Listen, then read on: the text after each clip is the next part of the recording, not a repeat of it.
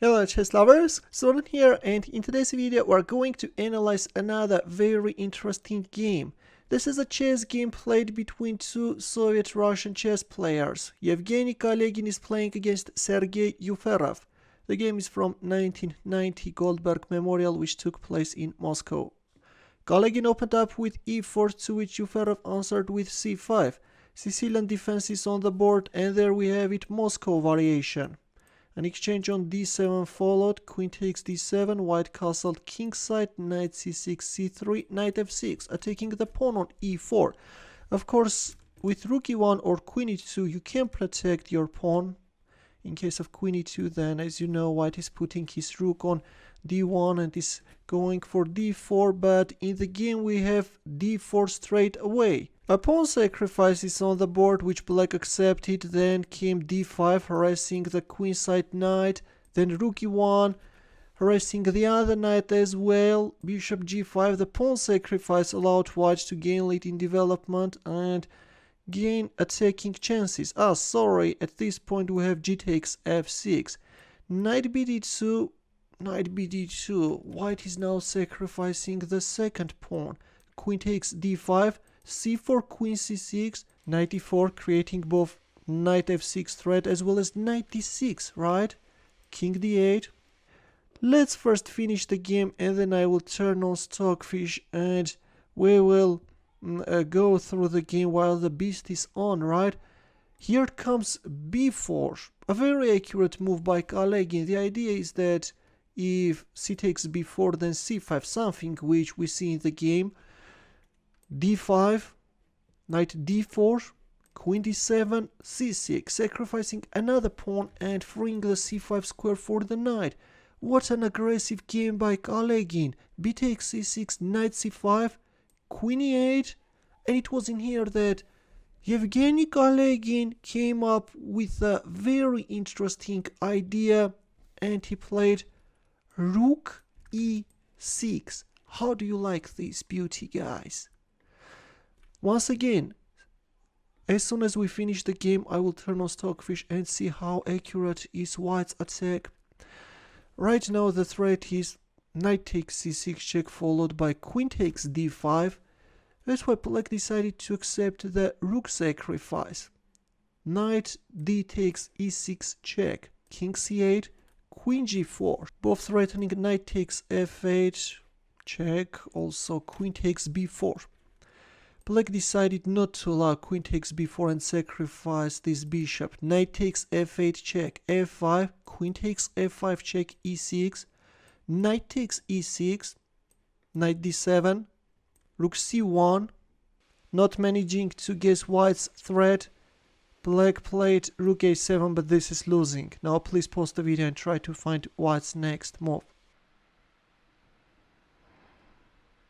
There came a very aggressive and precise knight e4 move, both threatening knight d6 check as well as rook c6 check.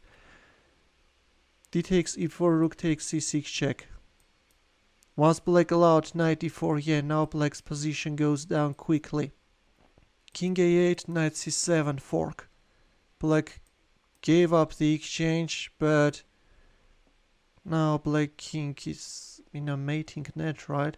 Well, okay, with queen c8 you can neutralize the threat, but the endgame is hopeless. Knight b8 was made in the game, and in two moves white announced a checkmate. A ferocious attack, right? So now we're going to turn on Stockfish and see how accurate is white's attack. Here black played king d8, which as you can see is a very accurate move, and b4, the first line.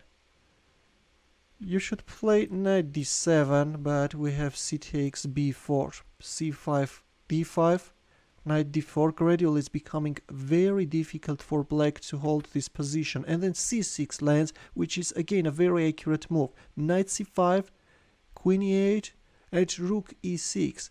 Look, according to Stockfish, rook e6 is not that accurate, and instead Stockfish suggests rook c1.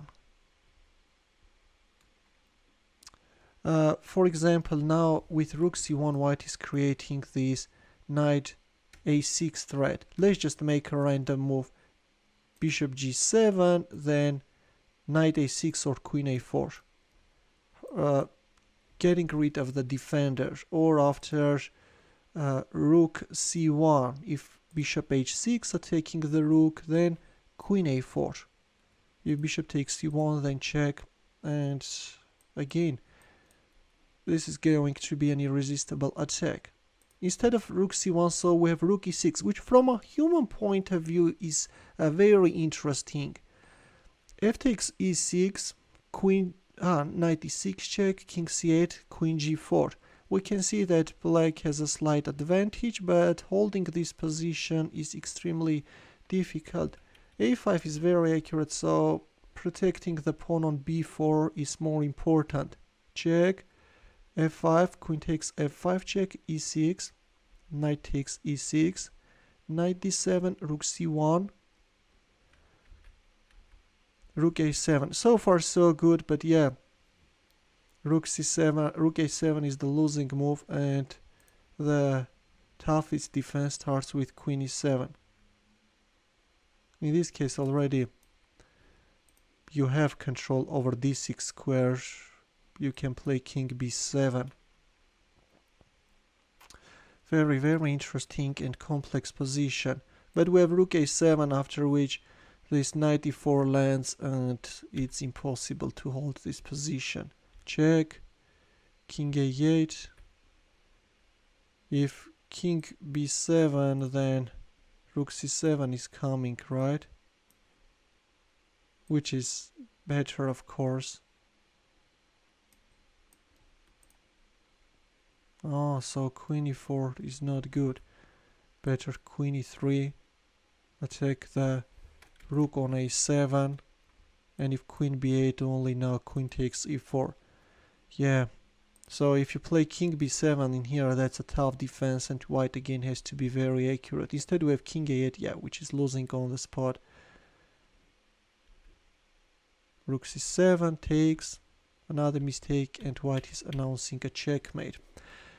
This was a very interesting attack. Yeah, I liked that rook e6, despite the fact that Stockfish didn't approve that move, but from a human perspective, once again, it looked very creative. Of course, rook e7 is the move in here, which again leads to some razor-sharp complications, but rook e6 is also something worth of into consideration, and I really like that move. Feel free to share this game with your friends as well. Let them know about this beautiful game. And in the end, a chess puzzle. The task is to win with the white pieces. As usual, we'll wait for your answer in the comment section. Thanks for watching. We'll see you in my next video. Take care.